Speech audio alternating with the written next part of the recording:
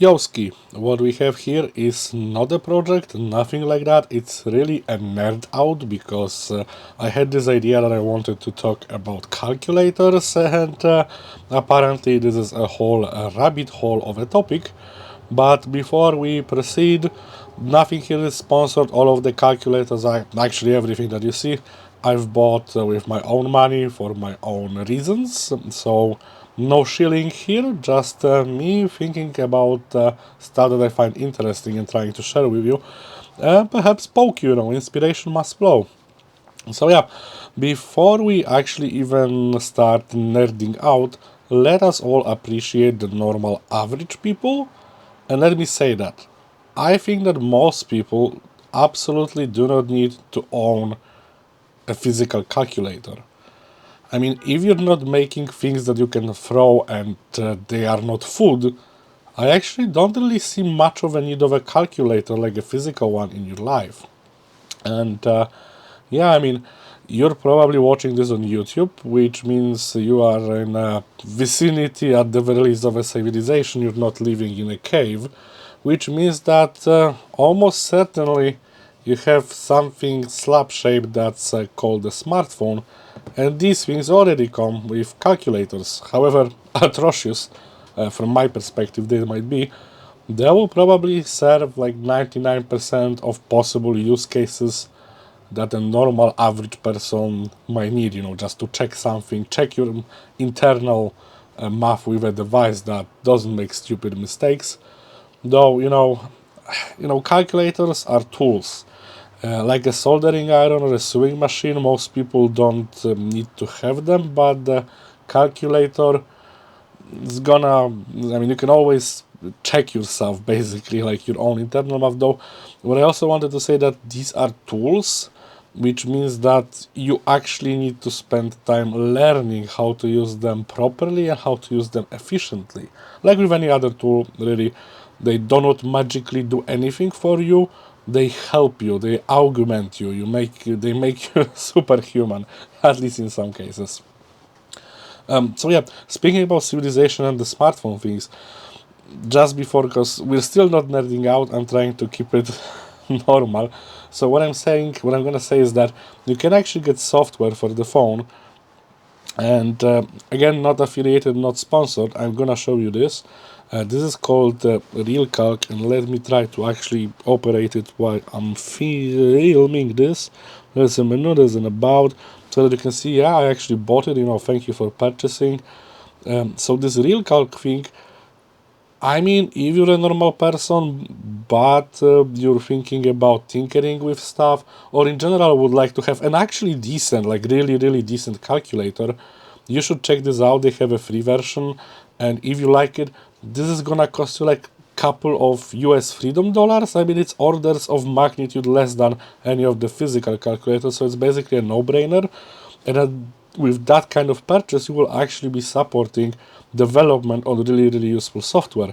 And just for kicks, because this is kind of amazing, is that if you compare the two, it's almost the same. I mean, some things are in different places, but functionally, I would say that these two are more or less equivalent, which, let me just tell you that we have calculators for not a century yet, but long enough to actually be really good at making calculators, and calculators for specific use case groups or areas, which I will already kind of nerdly tell you that I do not have any proper financial calculators.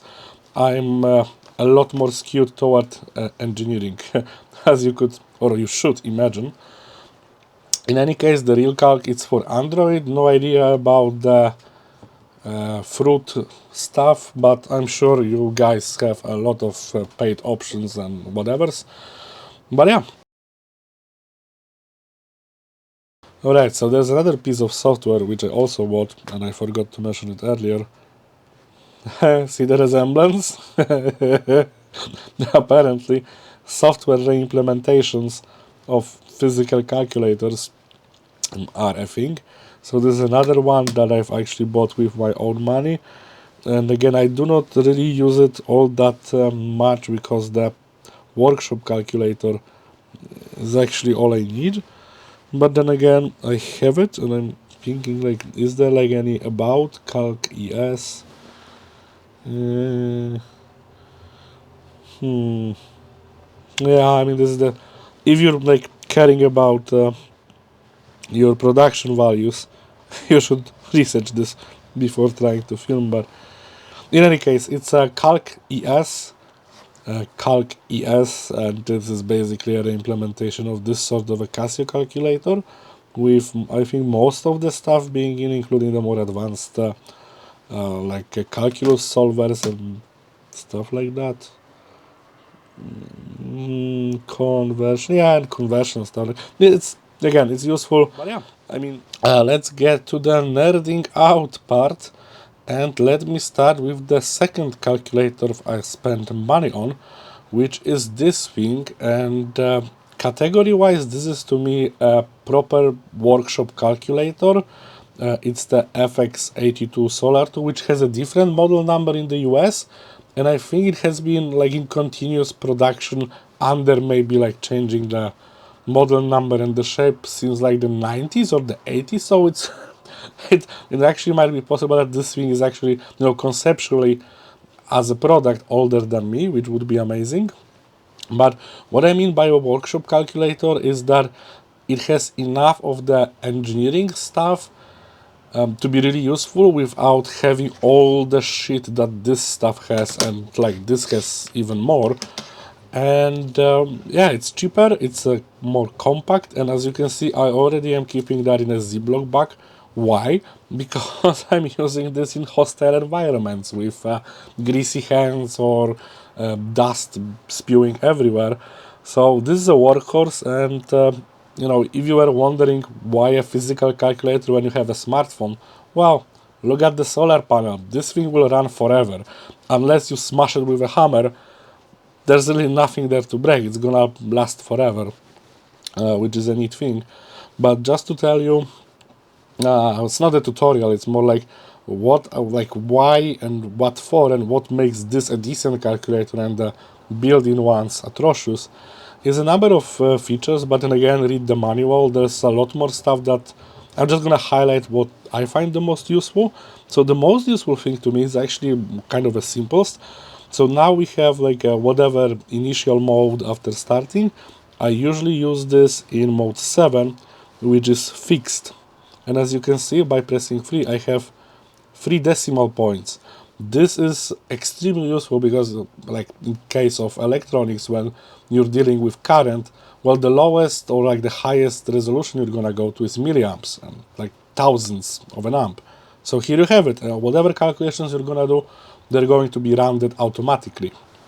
In a similar vein, if I'm working like with widths, heights, like lengths, so if I work in centimeters, then I want this to, apologies, it's not so easy to actually operate it and film it at the same time, but yeah, 2 decimal points, because I have centimeters and millimeters, because like for the rougher stuff, if I'm gonna do something in millimeters, then all I really need is 1 decimal place. Yeah, because I can go like a half a millimeter, maybe less by eyeball, but just this thing, it already makes your life easier, because the whole point of the calculator is that if you're using it correctly, first of all, it's not going to be making stupid mistakes, then it's going to be making everything much faster, and you don't have to think about stuff.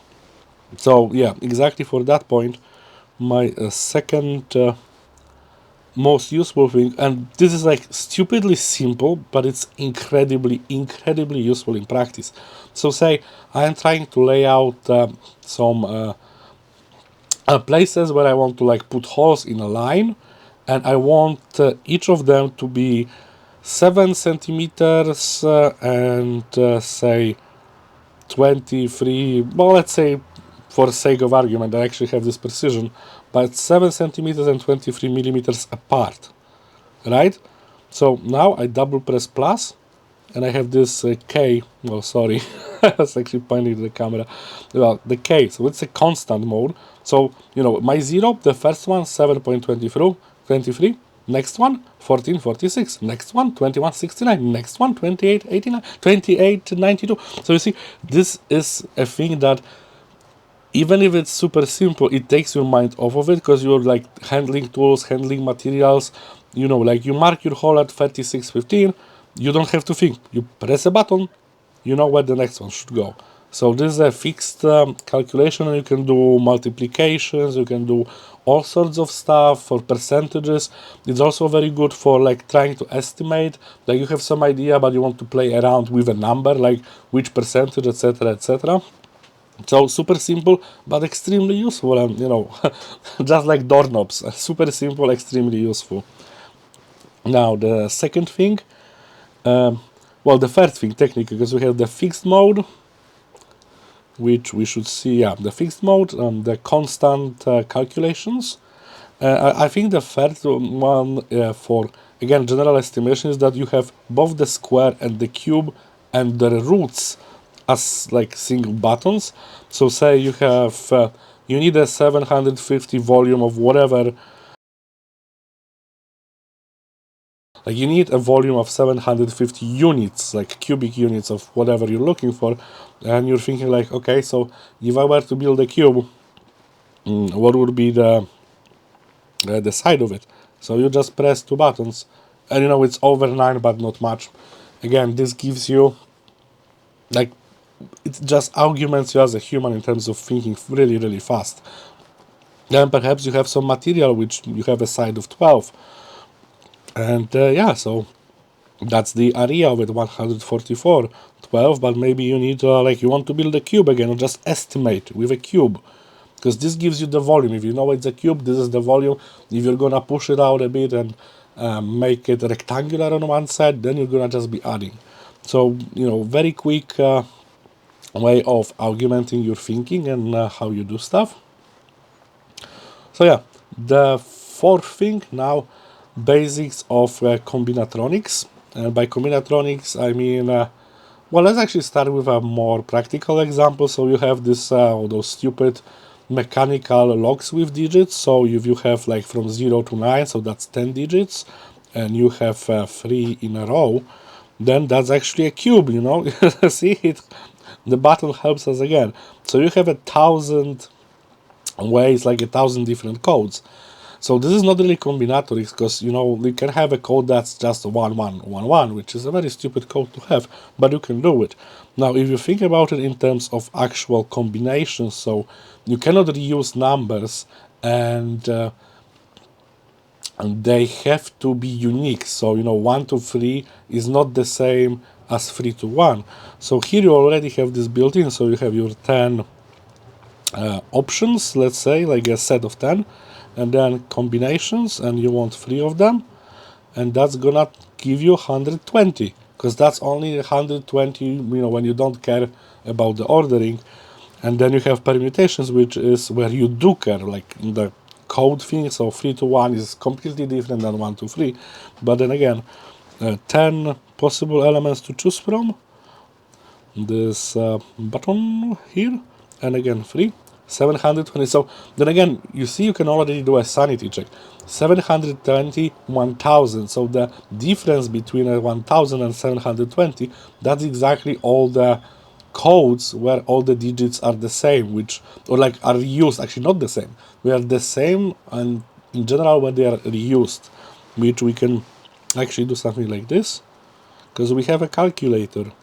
So yeah, 280 accounts for all the reused digits, including the digits which are exactly the same, like the 1, 2, 3, which is again stupid. Now the whichever thing it is, the next thing, this is a bit of a hack, because this particular button, it deals with degrees, minutes, and seconds. So this should tell you something about like a GPS coordinates on the map. But you can actually force it and use it quite quickly and efficiently to deal with weird time units. So say some process, and this actually again rings home, some software process tells you that it took 723 seconds to do something, and you're like what the hell is that? So you need to convert it to hours. So by 3, you divide it by 3600, which is the amount of seconds in an hour. And then you just press this combination, and now you know it's 12 minutes and 3 seconds, like precisely, and it's even more precise than a second, but just the ease of that, 700, but whatever, it's 12 minutes, 3 seconds, so like for humans, 12 minutes, and we don't have to care. And similarly, for longer running processes, if it tells you it ran for 5 hours and 20.23, like what the hell is that? Well, we are already in hours, so all we need to do is do this. That's actually 5 hours, 13 minutes, and 48 seconds. Precisely. And apologies for the background noise. I live not only in a shoebox, but a shoebox near a major city artery. Alright, let's say that we're back. Yeah, not scripting my videos. Anyways, so we have the hack of actually using degrees as hours and minutes and seconds. And this is going to work, like, let's say in minutes. Let's do something stupid, like some process told you that it took 6 minute points 231. Like, oh, what? Again, this is in minutes, so we need to convert it to hours, so divide by 60. Press the magic button. Oh, now you know. 6 minutes, 13 seconds, 0.86 hundredths of a second. As I was saying, this gets quite precise. So it's a nice thing. And the last thing that I will just tell you about, but will not be showing you, is that this also does statistics. So any sort of a thing where you're like looking at something and getting some information, you can just quickly put it in and then get the basic information about it, which is always nice to have. And again, I haven't touched about the trigonometric functions and stuff like that. Multiple parentheses levels, which again, math-wise, useless, human-wise, extremely useful, because you don't really have to think that much, just go deeper and deeper, and you don't have to like reorder the math in your head. Let the calculator do the thing. Yay, which is why this thing is awesome. And I've actually bought a spare one because I'm kind of afraid they're gonna completely get out of fashion with everyone being lobotomized by AI. And yeah, anyways, end of the demo of this one. For a change, let's talk very, very little about this one, because this is actually the first calculator that I've bought with my own money. And interesting thing about it is that I really didn't want to buy it. I was kind of semi-forced by my engineering studies, as in, hey guys, we are doing this basic mechanical engineering and whatever else it was. You probably want to have a calculator that does matrix multiplication, can help you like check your calculus solutions and stuff like that. So I bought this one, and I'm mostly keeping it as a trophy, I would say, a heirloom thing, though. Before I've gotten into those two, I've actually been using that, and the main thing is that most of the stuff that this can do, I don't need. And this is a pretty large calculator, which again, it's not really shop friendly, but yeah, it has stuff, like math.io, where if you're like studying and you want to have nice inputs, you see it like shows it like in the textbook. Yeah, it does. Like, do you need it? Maybe if you're like 10, 20 years younger than me, maybe that's helpful. In any case, it's still a very decent machine. I'm not gonna be selling that. I like at this point I basically treat it as a heirloom and as a spare. And this has a solar panel, but it also has a battery, and whatever functions I would need from this one, I will have in this thing. But yeah, memories and things to keep. Now this is a proper nerd out. Let me show you. Nerd. So this is my first and only programmable calculator. It does an extremely specific version of Casio basic stuff, which is, I've actually tried to read about it. So this is the special one, because how the variables and memory allocation works, it's completely unique to this FX whatever FX5800P to this. So it's a snowflake, but this is what I could get, and yeah, I actually love it. So I've been, it's actually fun making out, like not maybe making out, but like thinking about the stuff that this could be helpful with using basic. So again, this has, again, it's a snowflake. It not only has basic, it also has the idea of formulas, which is basically relation of input and output variables without coding, so you don't have any loops or control, but yeah, it's formulas. I think the name is selected there perfectly. But yeah, you can hit file and we have programs. I have binary search, dilution. That's actually extremely useful. So say my input concentration, this is actually something I'm going to be using soon. So I have hydrogen peroxide at 10%, but I would like it to be not melting my hands, just being nice sanitary at 3%. And I actually want a small flask, so 250 milliliters of it. And you see, this will tell me I need 75 milliliters of the hydrogen peroxide at 10%, and then I need to add minus 72 of water. I think we found a bug. Oh, Jesus. Wait, is it going to be... okay, I have some ideas, but anyways, let's try this again. Input concentration, output 3%. Okay, I'm an idiot. I'm gonna actually leave it in the video. Okay, let's exit this and do it properly. You see, so the problem is we have user interface. So what it actually asks you is input concentration 10. But how much out you want? Here you have to put, like, we want 250 milliliters. And now the concentration of the output 3. Now it should make sense.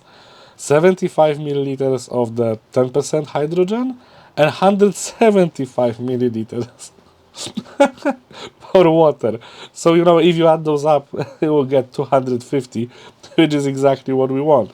And that just loops around. That's awesome. Oh, Jesus. But yeah, I have more involved problem. Yes, lots of involved problems, but programs. A fun one, D&D dice. Let's see if I can actually, if I actually remember how it is supposed to work.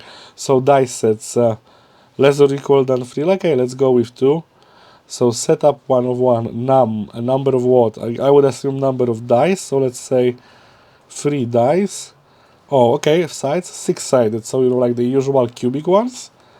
And then second set, let's say 4 dice or 4 sides. These are those pyramid ones. Yeah, and yeah, we can roll. And it shows you 3d6, 4d4. And yeah, and I think on the right is the actually, yeah, so the right column is the maximum, the middle column is what you've actually rolled, and you can re-roll. So this is extreme nerd out. I mean, if you're playing D&D but actually do not want to use actual dice, just your calculator. Again, I mean, for me it's a fun of figuring out how to actually code it, not that I will actually be using that, but that dilution thing, I am gonna be using that. This is properly useful stuff with maybe not the best interface, because my own software confused me, but on the second try we've got it right. So yeah, you can do a lot of this stuff. But yeah, let's exit. Exit? No. You have to AC. Oh, or turn it off. That always works. So yeah. Oh, and it's still here. That's kind of cool. Okay. Yeah. Another program just to show you. I have so much like for statistics, which are probably too involved, too involved to just be watching, like to be entering the stuff here. Okay. Now let's see what's this. This is something music related. Okay, so let's say you're doing drum and bass, 172 BPM. What's your usual pattern length in steps? 64, obviously. So how much time do you want in seconds? We have 1 minute, 60 seconds. Oh, okay. So it tells you that if you want to fill a minute, you need 10 of your usual length patterns and then 48 additional steps. This is actually useful for electronic music making, because this stuff, at least to me, is not obvious. So I written a bit of a calculator. And then again, this is why the calculator is great, because I try not to make music on a computer. I have enough screens already. So having this around is actually extremely useful. Okay, we should be able to. And there's a trick. If you want to clean it, you need to switch to like a different mode and then back, and then it cleans all the history and stuff like that. I think we should look at one more, like a formula, just to show you how this is supposed to work. So we have here prog, and this is like those both, and then run. And on the right we have formulas. So the one that I really like is like the imperial to European. So like height. Somebody tells you they are like 8 feet 9 inches. What the hell is that? 2.6 meters. That's rather shorter for a male at least. But yeah, okay, whatever. And then you can do like stupid stuff. What's 10 feet 11? Should be tall. 3.3 meters. I don't think humans go that high. But yeah, it's like 10 feet 2 inches. Maybe that's more sensible. Yeah, 3 meters, that's sensible. 3 meters, people happen like that. But yeah, one of the formulas. Some other one. Yeah, Fahrenheit, like, but again, like from the stuff that's like not even easy on Google. It's like, what about you're watching some proper MMA fighting, and they tell you that the guy weighs, I don't know, 50 stones and 21 pounds. What does that mean? Well, it means he's not a human, apparently. I never remember how much a stone is, but let's try this again, or maybe something more sensible, like 11 stones and 21 pounds. Yeah, 79, that's a proper fighting thing. It's, from my perspective, everything below 100 kilo is lightweight.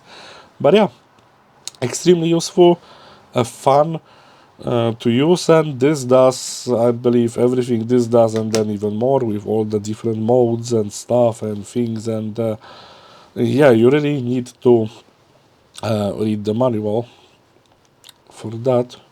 Oh, okay, off you go. Okay, and we're off. Hey, that's some material. And yeah, I mean, I think, again, maybe you don't need calculators, but they can be really fun and extremely useful, especially if you're making stuff in the physical space. So, again, not a scripted video, kind of all over the place, but I guess for now that's going to be my style. And yeah, hope this was inspiring. If you have your favorite calculator, please tell me about it. I'm just buying Casio because it happened like that. I never really given it any thought, and I really do not care who makes them as long as they are useful. So yeah, hopefully the videography will be usable. But as usual, and again, thank you for sticking with me for however long this video will take after edits. And yeah, see you later in the next one. Bye.